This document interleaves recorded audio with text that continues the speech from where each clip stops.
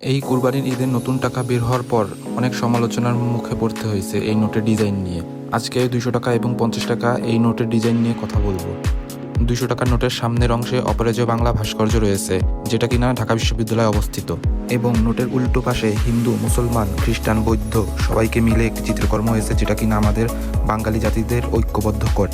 এই চিত্র খুলনা 7 রাস্তার মোড়ে 2024 সালে জুলাই অগাস্ট মাসে আঁকা হয় এবং 2025 সালে সেটা হচ্ছে নতুন টাকার 200 টাকার নোটে ছাপা।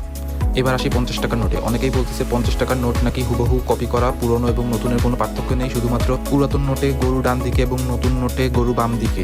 যারা এই ধারণা করতেছেন আপনাদের ধারণা একদমই ভুল, কারণ পুরাতন নোটের ডিজাইন এবং নতুন নোটের ডিজাইন পুরোই আলাদা এবং দুইটার ইতিহাস একদমই ভিন্ন। পুরাতন এবং নতুন নোটের চিত্রকর্ম একই ব্যক্তি এঁকেছেন। আপনারা যদি লক্ষ্য করেন, পুরাতন নোটের উপরে যে চিত্রকর্ম সেটা হচ্ছে মই দেয়া।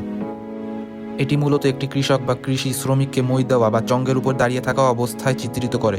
জয়নুল আবেদিনের এই চিত্রকর্মটি গ্রাম বাংলা জীবন এবং কৃষকের প্রতি তার গৌণবৃত্তির প্রকাশ। অপরদিকে নিচের নতুন নোটে যে সংগ্রামের চিত্রকর্মটি এঁকেছেন, এর পিছনের ইতিহাস হলো বিভিন্ন ধরনের শিল্পকর্মের একটি ধারা, যা মানুষের জীবন সংগ্রাম, রাজনৈতিক ও সামাজিক আন্দোলন এবং ঐতিহাসিক ঘটনাকে চিত্র করে। শুধু এসবের কারণে নতুন নোট তৈরি করা হয়নি। নতুন নোটে সাদা অংশে যে জলছাপ রয়েছে, পুরনো নোটের ওইখানে শেখ মুজিবের ছবি থাকতো, নতুন নোটে শেখ মুজিবের ছবি বাদ দেওয়া হয়েছে, এটাই মূল কারণ।